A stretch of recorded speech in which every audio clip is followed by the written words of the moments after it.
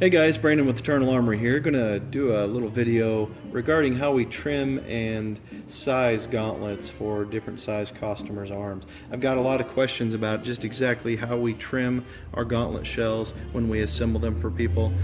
When people do order them assembled, they will throw in a couple of measurements for me. I have them do a circumference of the wrist and a circumference of the forearm at its largest point, and that'll basically give us what we need to size the gauntlets and do all the trimming.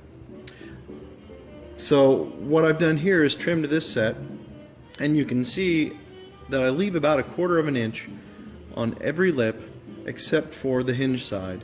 The hinge side, we take the lip completely off, and I just try to trim it with a Dremel or an oscillating tool with a plunge bit, and I'll clean it up a little bit with a file or a sanding drum on my Dremel to get these curves and to get the burrs off of it. So I just want to get it roughly trimmed out really quickly so that I can get my sizing done, because I'm going to do some cutting on one of these anyway, and then I can do all the smoothing once that's said and done.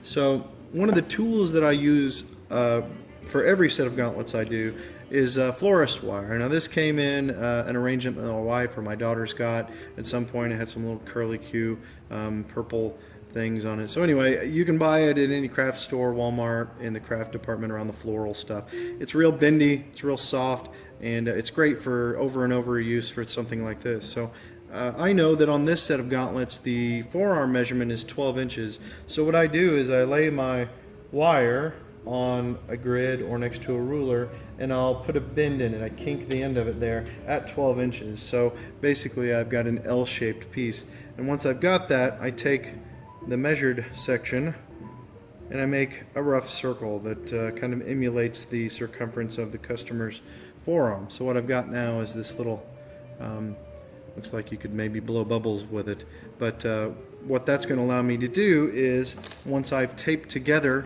the latch side of the gauntlets, just loosely, it doesn't have to be perfect, just so it keeps for measurement purposes, I can take the bottom half, slide it in the top half, and I can roughly see just how big around it needs to be. Once I've got that, I take my trusty silver Sharpie and I put a little mark at that end. Now I know that the wrist end is about 7 inches for this customer, and I've laid it on here like I did before, measured it out, went ahead and made my wrist circle, and I do the same thing on the wrist end. I move it down to where the 7 inch just about fits. I leave a little on the wrist end just for gloves and jumpsuits, flight suits. So there's 7 inches. I put another silver mark there.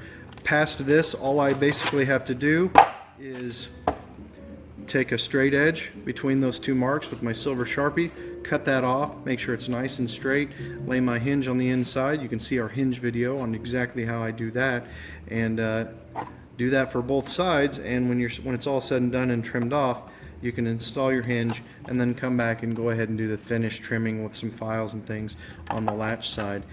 And you can refer to our magnet tutorial video on just exactly how we do that and how we get that trimming done. But I just wanted to share this quick little tidbit on how I use florist wire and just exactly how much we trim on the edges.